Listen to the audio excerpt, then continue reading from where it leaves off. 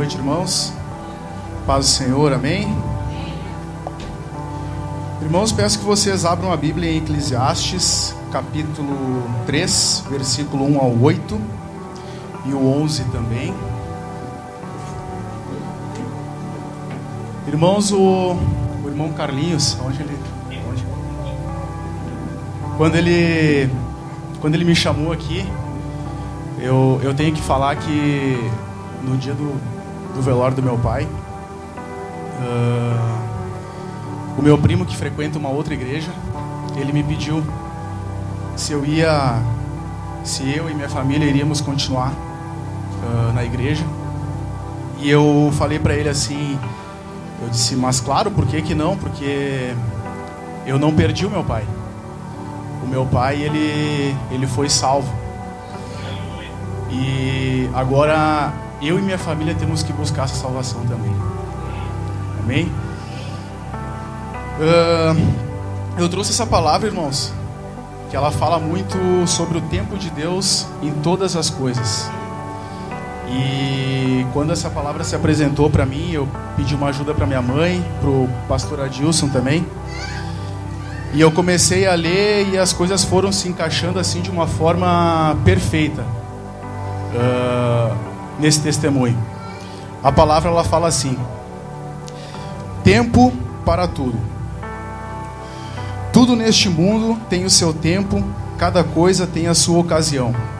Há tempo de nascer e tempo de morrer, há tempo de plantar e tempo de arrancar, tempo de matar e tempo de curar, tempo de derrubar e tempo de construir, há tempo de ficar triste e tempo de se alegrar, tempo de chorar e tempo de dançar, tempo de espalhar pedras, tempo de ajuntá-las, tempo de abraçar e tempo de afastar, há tempo de procurar, tempo de perder, tempo de economizar e tempo de desperdiçar.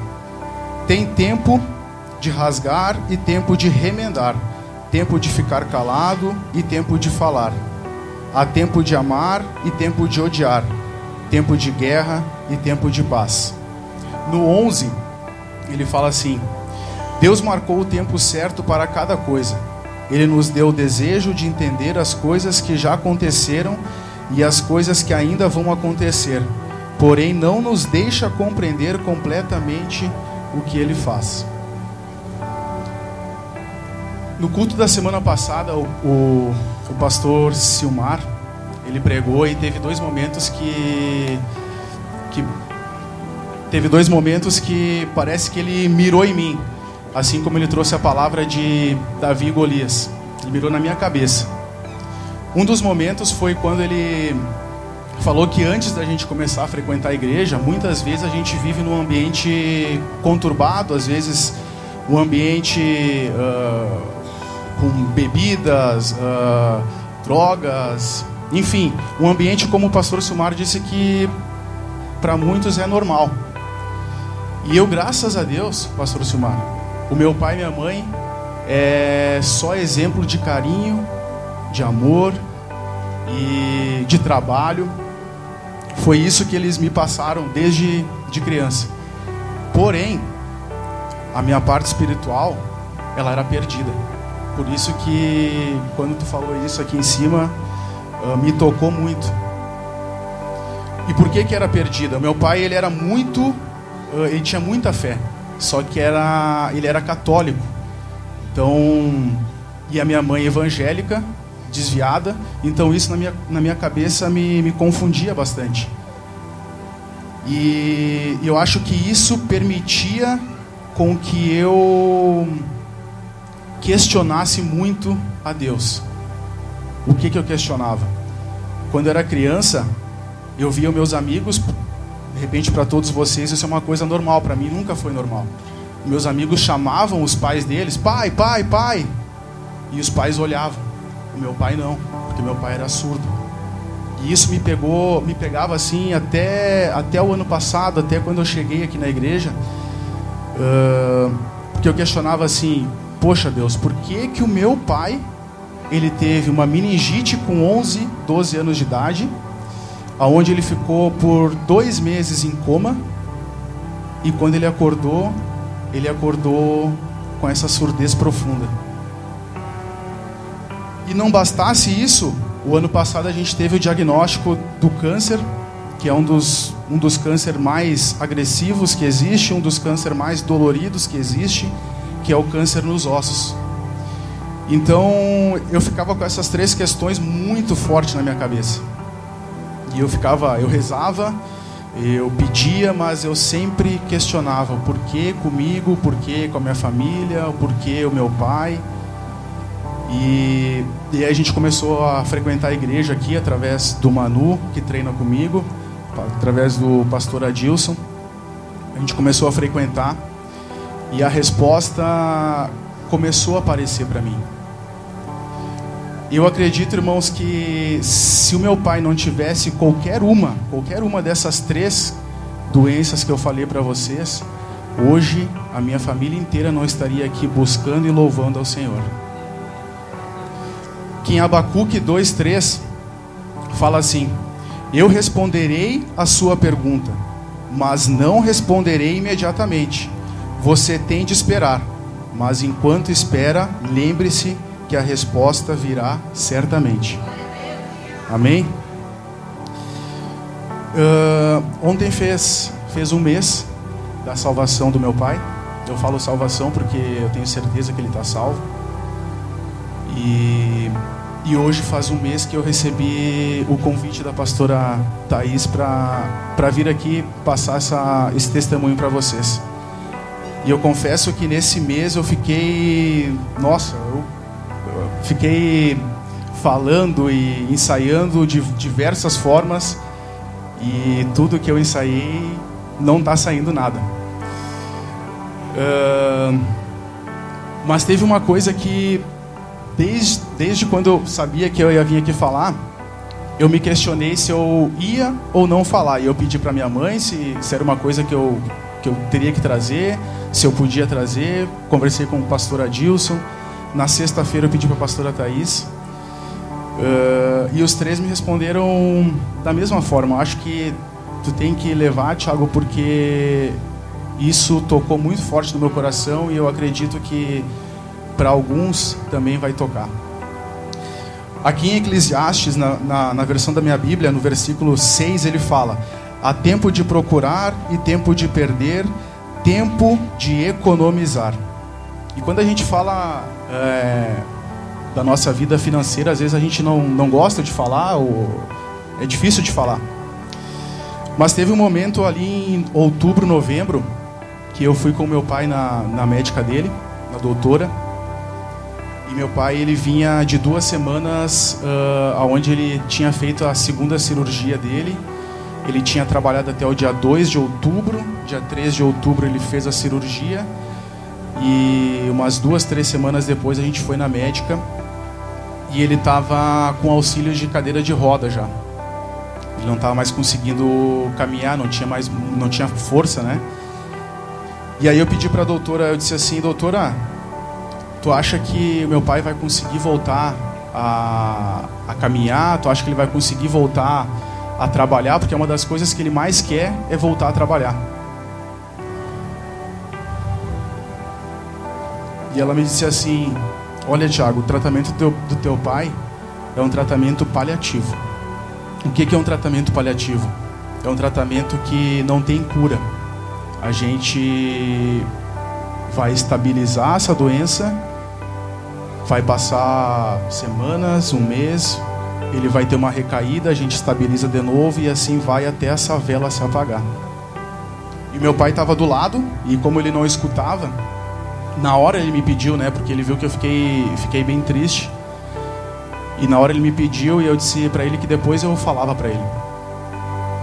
E claro que isso eu não consegui passar para ele, mas eu saí do consultório muito abalado e pensando como que eu ia falar isso para minha mãe. E nós já estávamos frequentando a igreja, e eu Deus, ele começou a trabalhar na minha cabeça. De repente vocês vão pensar agora: nossa, mas o Thiago começou a pensar já no velório do pai dele, começou a pensar em valores de caixão. Porque vejam bem, eu saí do consultório E no dia seguinte eu comecei a pesquisar valores de velório, de caixão, de cremação, de capelas. E eu vi que os valores assim eram, tipo, chegava a 10 mil, 11 mil tranquilamente. E aí apareceu para mim um plano funeral para toda a família. Aí eu liguei lá pro local, gostei, passei para minha esposa achou interessante, conversei com minha mãe no momento achou um exagero, ela até pediu para mim se a médica tinha falado alguma coisa de tempo de vida do meu pai, e eu disse para ela que não, e falei isso que a médica me contou, do tratamento paliativo. Minha mãe aceitou fazer esse plano, e eu contei pro meu pai também. E meu pai foi o cara que mais tranquilamente aceitou. Porque eu acho que isso, no final das contas, e foi uma coisa que deixou nós mais tranquilos, porque a gente não precisou se preocupar com isso no dia que aconteceu. E aí eu e minha esposa fomos ali por dezembro fechar esse contrato, e olha como Deus trabalha a nossa vida, tanto no tempo quanto na parte financeira. Ele trabalhou com nós, porque a menina falou assim: olha, agora você vai ter uma carência, esse plano tem uma carência, e se vocês utilizar antes de fechar essa carência, vocês vão ter que pagar o valor quase que cheio. Eu disse: não tem problema. Aí, para resumir, meu pai ele faleceu no dia 13 de junho, e no dia 12 de junho, sem nós saber de nada, eu e minha esposa fomos lá, era uma quarta-feira, a gente foi de manhã, para ver como que estava a questão da carência e para que número que a gente precisava ligar, se caso acontecesse alguma coisa. E a menina disse assim: olha, a carência do plano fechou fazem 10 dias. Então nós podíamos utilizar a qualquer momento sem pagar nada.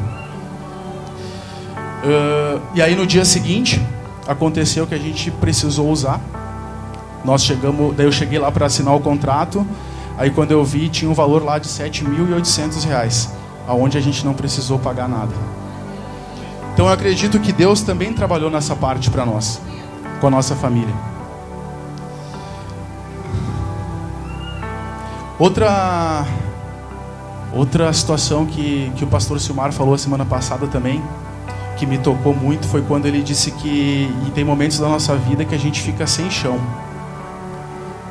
E foi o dia que eu recebi o diagnóstico do meu pai. Estava eu e minha mãe no consultório, e o médico simplesmente pegou o exame e falou que meu pai estava com câncer, que esse câncer era maligno e que nós tínhamos que fazer um tratamento com urgência, que ele não fazia aquele tratamento, ele iria passar para um colega dele, e nós tínhamos que fazer isso com urgência.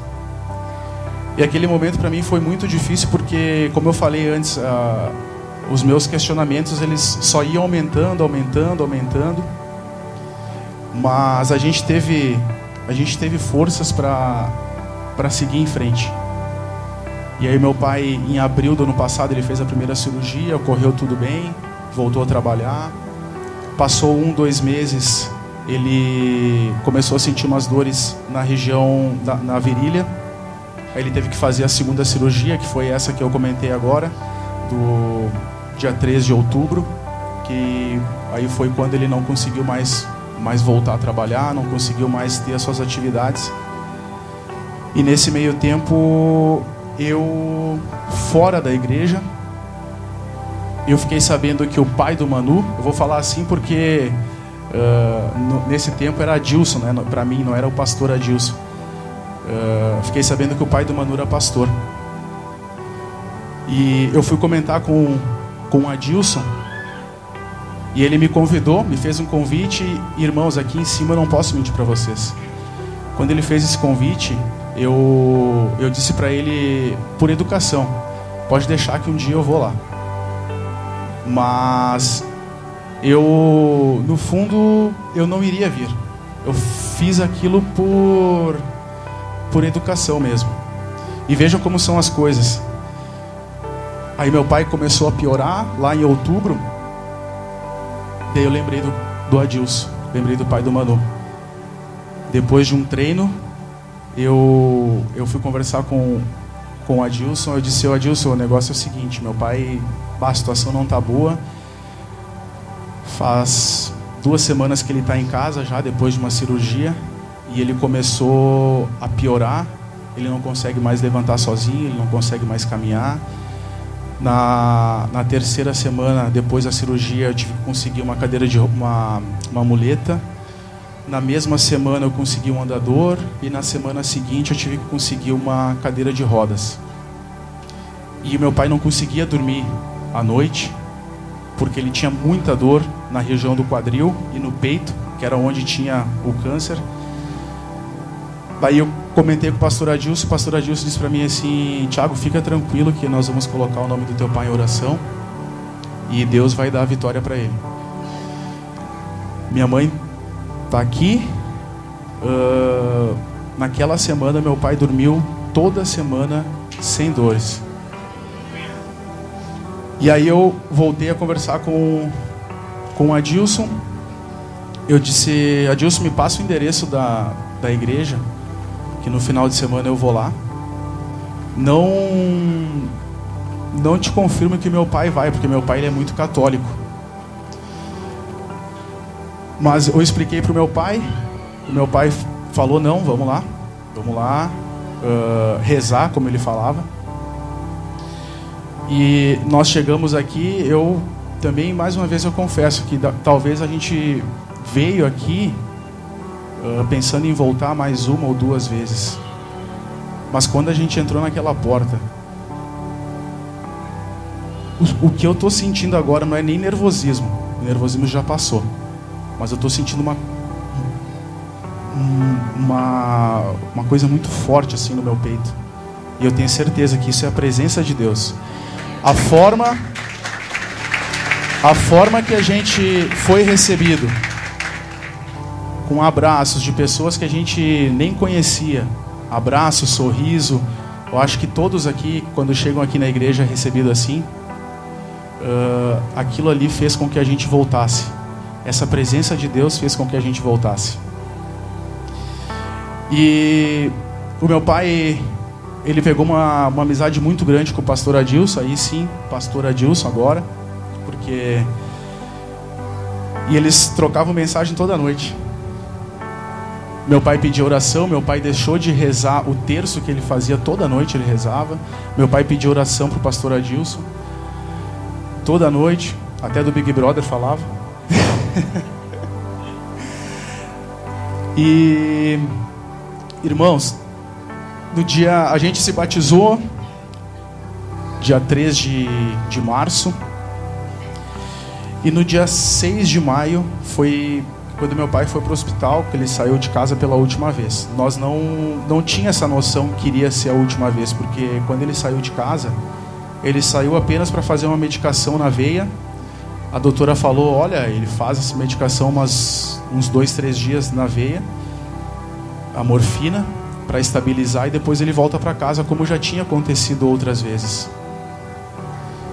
Só que esses 2-3 dias foram 37 dias.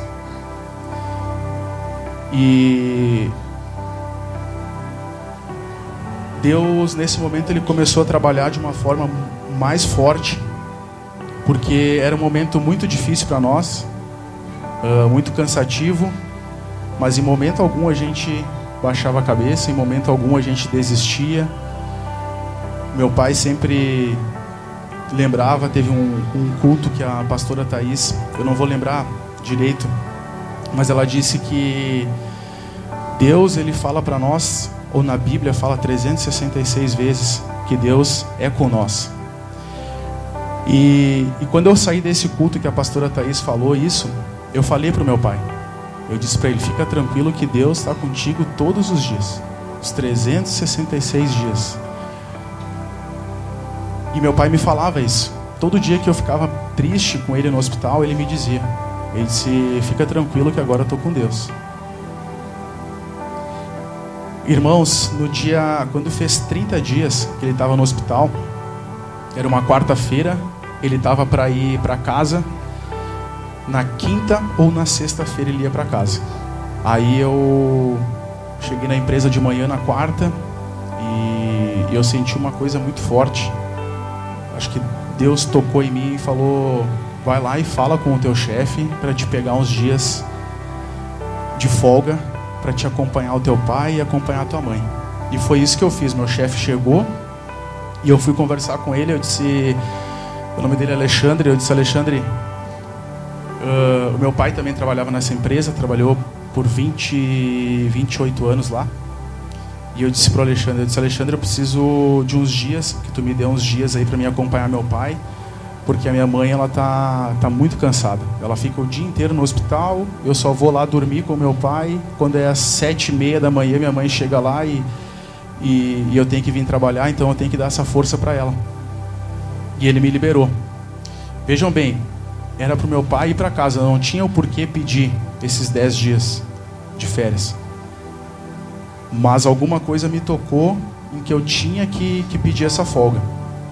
E aí no dia seguinte, na quinta-feira, eu fui para o hospital, fiquei lá com meu pai. A doutora passou no quarto e disse que meu pai ia ter que fazer uma tomografia porque ele ia para casa só para ver se não tinha alguma coisa mais perigosa, assim, que poderia ocasionar alguma dor maior.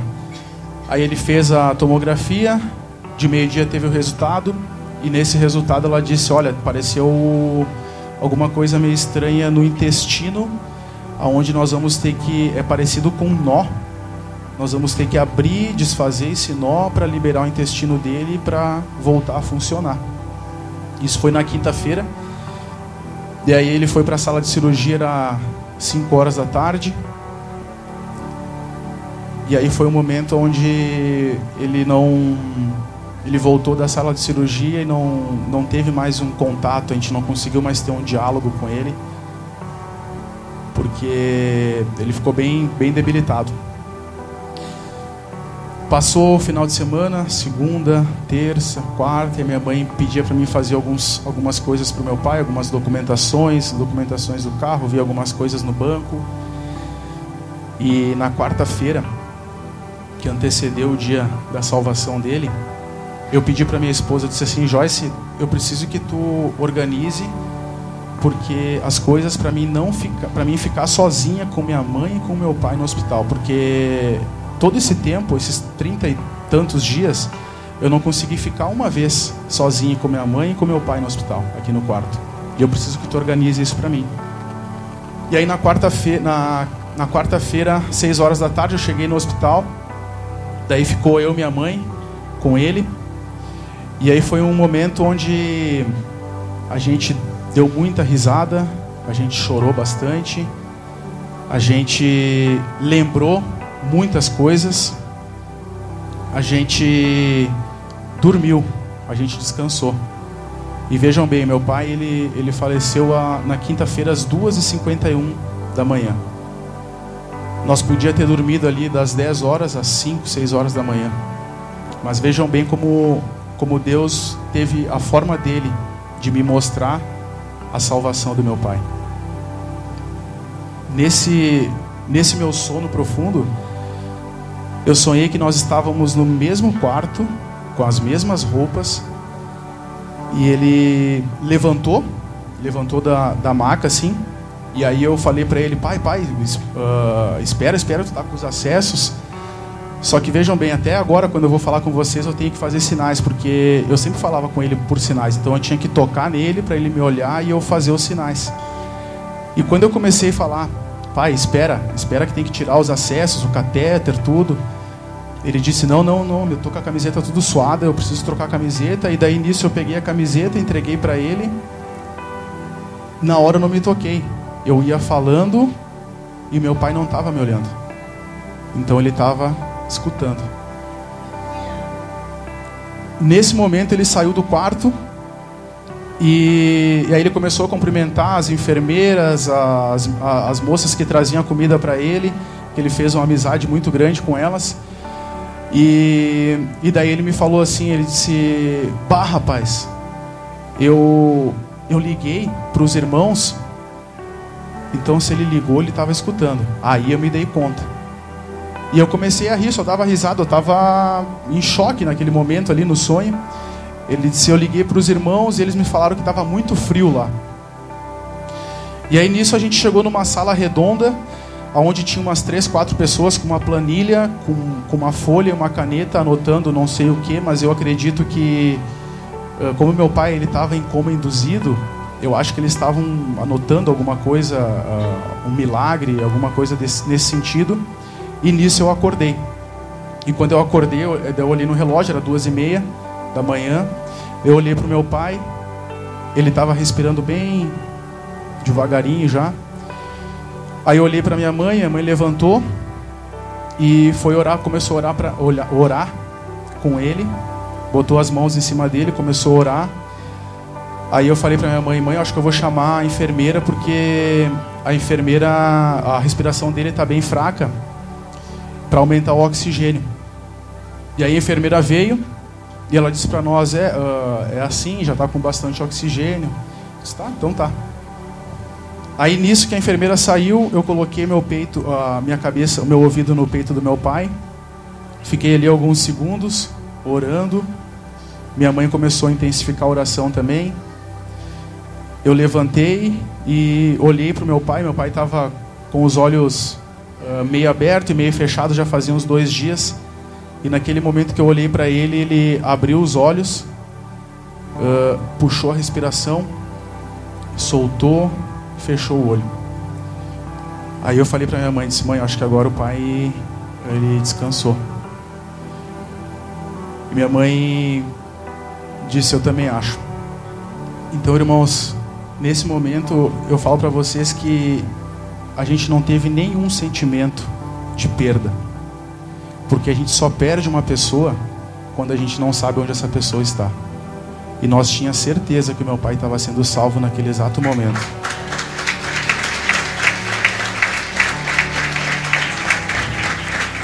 Irmãos, isso está em 2 Coríntios 6:2.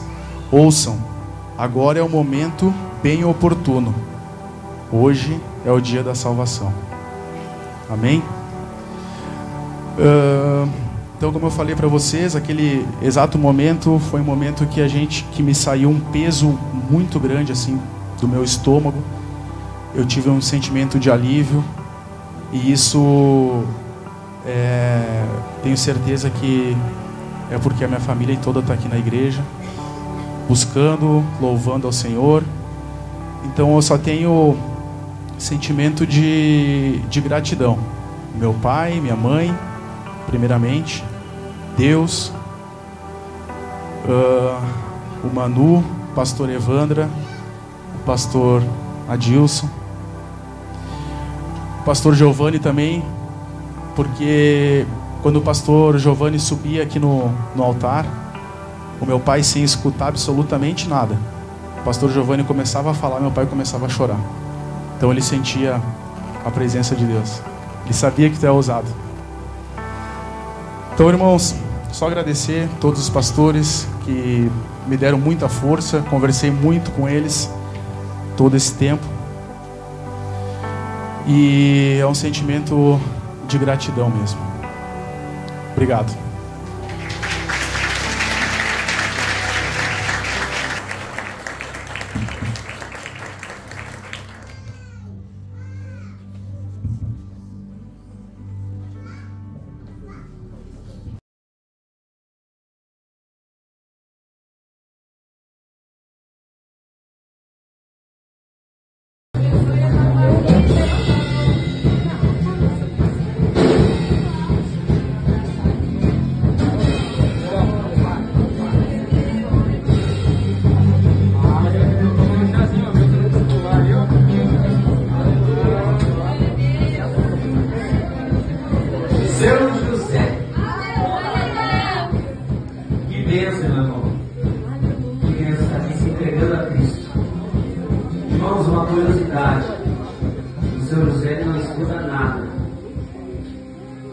No silêncio, só sentindo a presença.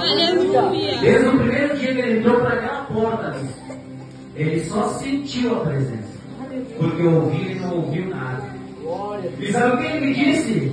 No primeiro dia que ele veio aqui, Ele disse assim: eu senti a presença de Deus tão forte nesse lugar. Essa vai ser a minha igreja. E eu estou muito feliz, ele falou. O seu José, desde os 11 anos de idade, 12, ele não escuta absolutamente nada. E como o poder de Deus é tremendo, ele não precisa falar e a pessoa escutar, não. A pessoa só precisa sentir. A pessoa só precisa sentir no coração, porque ele existe. Ele é real, ele é verdadeiro. E ele fala de várias formas, até no silêncio. Seu José. Aqui, seu José.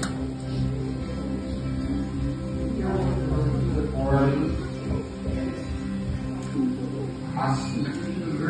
Aleluia. Salvador da minha vida.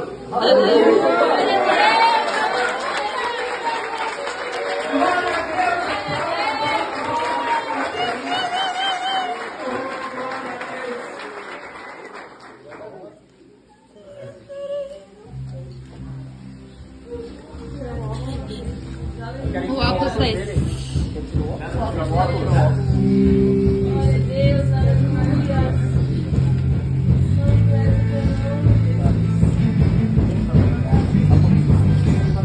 Seu José Borges, eu te batizo no nome do Pai, do Filho e do Espírito Santo de Deus.